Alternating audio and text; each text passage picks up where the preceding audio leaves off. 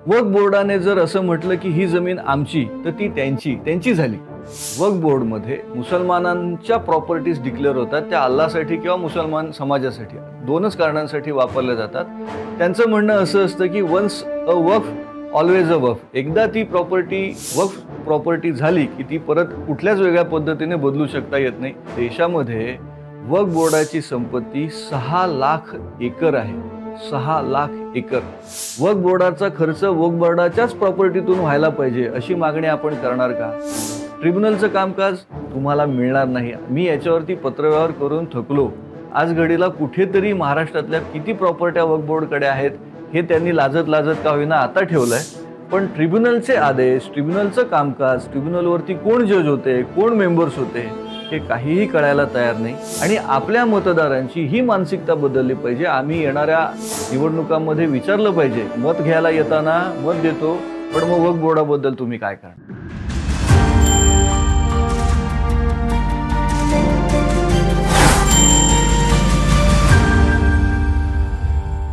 वक्फ act 1995 मध्ये बदल करण्याचं सरकारने प्रस्तावित केलं आहे आणि पार्लमेंटमध्ये त्या संदर्भातली चर्चा सुरू आहे। या निर्णयाचं खरं सगळ्यांनीच अभिनंदन करायला पाहिजे, हे आधीच व्हायला पाहिजे होतं असंही मी तर म्हणेन। हे का आवश्यक आहे ह्याची मी 2-3 कारणं आपल्याला सांगतो। वक्फ बोर्डमध्ये मुसलमानांच्या प्रॉपर्टीज डिक्लेअर होतात, त्या अल्लासाठी किंवा मुसलमान समाजासाठी दोनच कारणांसाठी वापरल्या जातात। त्यांचं म्हणणं असं असतं की once a Waqf always a वक्फ, एकदा ती वक्फ प्रॉपर्टी झाली की ती परत कुठल्याच वेगळ्या पद्धतीने बदलू शकता येत नाही। हा त्यांचा सूर धोषा किंवा तत्वज्ञान जे काही आपण म्हणायचं ते आहे। ह्याच्यातून होतंय कसं पहा। 2014 मध्ये पार्लमेंटच्या एका कमिटीने या विषयाचा अभ्यास केला आणि त्यांनी दिलेल्या अहवालात ते म्हणतात की देशामध्ये वक्फ बोर्डाची संपत्ती 6 लाख एकर आहे, 6 लाख एकर।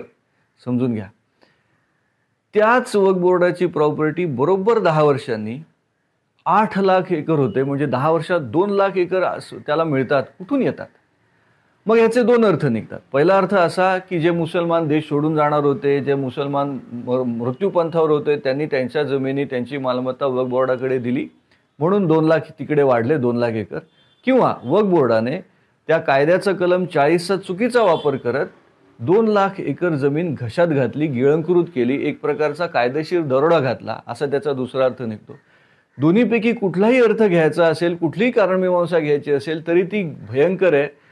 राष्ट्रीय प्रवाहात कुठेतरी हा वर्ग अजून पुढे येत नाही असा त्याचा एक अर्थ निघतो आणि हे वाईट आहे। दुसरीकडे 6 लाख असो किंवा 8 लाख एकर जमीन असो, त्याचं व्हॅल्युएशन आज परत काही हजार लाख कोटींमध्ये जातं।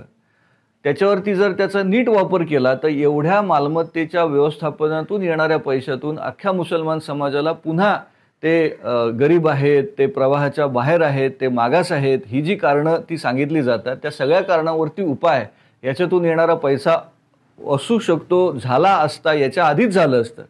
होतंय काय की एकीकडे तो पैसा, ती प्रॉपर्टी आपल्याकडेच ठेवायची आणि दुसरीकडे केंद्र सरकार आणि राज्य सरकारकडून मोठमोठ्या योजना घ्यायच्या। आज घडीला केंद्राच्या योजना 24 आहेत आणि राज्य सरकार, महाराष्ट्र सरकारच्या योजना जवळजवळ 20 आहेत।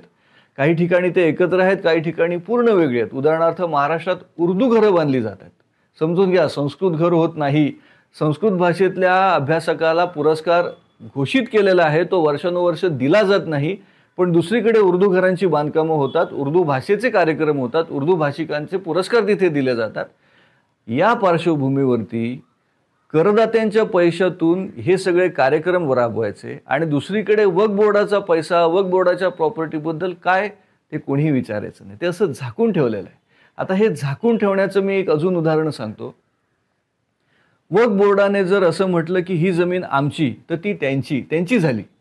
आणि जर तुमची जमीन असेल आणि तुम्ही म्हणत असाल की ही आमची जमीन आहे तर तुम्ही जायचं वक्फ ट्रिब्युनलकडे। तिथे परत एक मुस्लिम स्कॉलर पाहिजे। मला वाटत नाही की गेल्या 25-30 वर्षामध्ये एखादा संस्कृत भाषेचा जाणकार किंवा मराठी इतिहासाचा जाणकार त्या ट्रिब्युनलमध्ये बसला असेल, मला वाटत नाही। आपण काढून पहा बरं, महाराष्ट्रात काय, देशात काय, आज करोडोंनी खटले प्रलंबित आहेत, ही वस्तुस्थिती आहे। पण कुठला खटला, त्याचा नंबर काय, त्याचा दाव्याचा नंबर काय, ते कोणाच्या कोर्टात आहे, काय तारखा पडल्या, किती तारखा पडल्या, कसे आदेश पारित झाले, त्या दिवशी कामकाज काय झालं हे सगळंच्या सगळं तुम्हाला सरकारच्या वेबसाईटवरती मिळतं. म्हणजे जिकडे हजारो केसेसबद्दल असं प्रॉपर मॉनिटरिंग आणि लोकांसमोर ते ठेवलं जातं, तिकडे वक्फ ट्रिब्युनल नक्की काय करतं, त्याचा खर्च किती, त्याच्यासमोर केसेस किती, त्यांनी निवाडे किती दिले, कधी तुमच्यासमोर आलंय? आम्ही विचारच नाही करत. म्हणजे काय करायचं की सिंधुदुर्गातली, रत्नागिरीतली किंवा तिकडे गडचिरोलीची जमीन वक्फ बोर्डाने घेतली की त्या माणसाने पळत पळत औरंगाबादला म्हणजे संभाजीनगरला यायचं, तिथे वक्फ ट्रिब्युनलचं कामकाज चालणार, तिथे येऊन यांनी सांगायचं हो ती माझी जमीन आहे. मग वक्फ ट्रिब्युनल म्हणणार पण वक्फ बोर्ड तर म्हणतंय ना की त्यांची आहे, मग आता तुम्ही सिद्ध करा बरं की ती जमीन तुमची आहे. हा उलटा न्याय कसा काय? म्हणजे जो कसत होता त्याला तसं मानलं जाणार नाही. गेल्याच काही वर्षामध्ये अलाहाबाद हायकोर्टाला सुप्रीम कोर्टात धाव घ्यावी लागली, कारण अलाहाबाद हायकोर्टाची जमीन ही वक्फ प्रॉपर्टी आहे असा सूर तिकडे लागलेला. शेवटी सुप्रीम कोर्टात त्यांनी ते फेटाळून लावलं. दुसरीकडे तमिळनाडूमध्ये एक अख्खच्या अख्खं गावकऱ्यांना माहीतच नाही की अख्खं गाव आणि अख्ख्या गावाची संपत्ती वक्फ बोर्डाच्या अखत्यारीत आली. हे असं सुरू आहे. मतदारांच्या, करदात्यांच्या पैशातून सुविधा घ्यायच्या पण स्वतःचा पैसा मात्र द्यायचा नाही. तिसरीकडे आताच मी वाचलं, धैर्यशील माने त्या हातकणंगले भागातले खासदार आहेत, त्यांनी मुख्यमंत्र्यांकडे मागणी केली की सगळ्या मंदिरांच्या जमिनी खुल्या करा आणि जो कसतोय त्या शेतकऱ्याला त्यांनी द्या. ठीक आहे, म्हणजे मंदिरांच्या जमिनीबद्दल हे बोलतात, मंदिरांच्या जमिनीबद्दल कम्युनिस्ट बोलतात, समाजवादी बोलतात, शेतकऱ्यांना घेऊन ते मोर्चे काढतात. मग हा दुहेरी नाही की का? मग तुम्ही पण म्हणा ना की महाराष्ट्रात जी वक्फ बोर्डाची 92,000 एकरपेक्षा जास्त जमीन आहे ती पण तर गरीबाला कशाला मिळू देत, ती मराठ्याला मिळू देत, ती बौद्धांना मिळू देत. मग ती जमीन, वक्फ बोर्डाची जमीन फक्त मुसलमानांची का? ती पण तर सगळ्या शेतकऱ्यांना मिळू देत. तिथे जो वापरत होता त्याला द्या ना तुम्ही.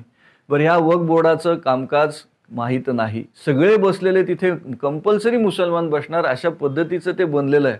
बरं, राष्ट्रीय मुसलमान मंचाचा कोणतरी त्याच्यात आहे का? मला तरी दिसलेला नाही. ट्रिब्युनलचं कामकाज तुम्हाला मिळणार नाही. मी याच्यावरती पत्रव्यवहार करून थकलो. आज घडीला कुठेतरी महाराष्ट्रातल्या किती प्रॉपर्ट्या वक्फ बोर्डकडे आहेत हे त्यांनी लाजत का होईना आता ठेवलंय. पण ट्रिब्युनलचे आदेश, ट्रिब्युनलचं कामकाज, ट्रिब्युनलवरती कोण जज होते, कोण मेंबर्स होते हे काहीही कळायला तयार नाही. ही जी मोडस ऑपरेंडी आहे. आणि मग प्रश्न असा होतो की हे चालू का दिलं जातं? मग वोट बँकसाठी, एक गठ्ठा मतदानासाठी आम्ही शांत राहतो का? असे बरेच प्रश्न खरे याच्यातून निर्माण होतात. आणि हे प्रश्न खरा तर तो कायदाच बदलायला पाहिजे. त्यामुळे अमेंडमेंट्स जे होतं आहे त्याचं आपण स्वागत करावं. वक्फ बोर्डाच्या बरोबरच places of public worship special provision act 1991 आपल्याला माहीत असेल, बाबरीच्या नंतर हा कायदा आलेला. हा कायदा पण सरकारने हटवला पाहिजे. हे एकमेकांना जोडूनच आहेत असं मी मानतो. त्यामुळे वक्फ बोर्डाचा कारभार पारदर्शक पाहिजे. तिथे अशीही गरज कशाला पाहिजे की फक्त मुसलमान असतील, एखादा शीख तिथे बसला, आमचाच बंधू आहे, मग तिथे तुम्हाला राष्ट्रीय प्रवाहात यायचं नाही का? हा परत प्रश्न राहतो. त्यामुळे कायदा बदलला पाहिजे. कायदा वापरणाऱ्यांची, त्याचं एक्झिक्युशन करणाऱ्यांची मानसिकता बदलली पाहिजे आणि आपल्या मतदारांची ही मानसिकता बदलली पाहिजे. आम्ही येणाऱ्या निवडणुकांमध्ये विचारलं पाहिजे, मत घ्यायला येताना मत देतो पण मग वक्फ बोर्डाबद्दल तुम्ही काय करणार? मग त्या जमिनी तुम्ही शेतकऱ्यांना कशाला देणार का? मग त्या जमिनी तुम्ही त्या ठिकाणी जो वापरतोय बहुजन समाज त्यांनाच वापरायला देणार का? वक्फ बोर्डाचा खर्च वक्फ बोर्डाच्याच प्रॉपर्टीतून व्हायला पाहिजे अशी मागणी आपण करणार का? आपण याचा विचार करावा एवढंच म्हणून थांबतो. धन्यवाद.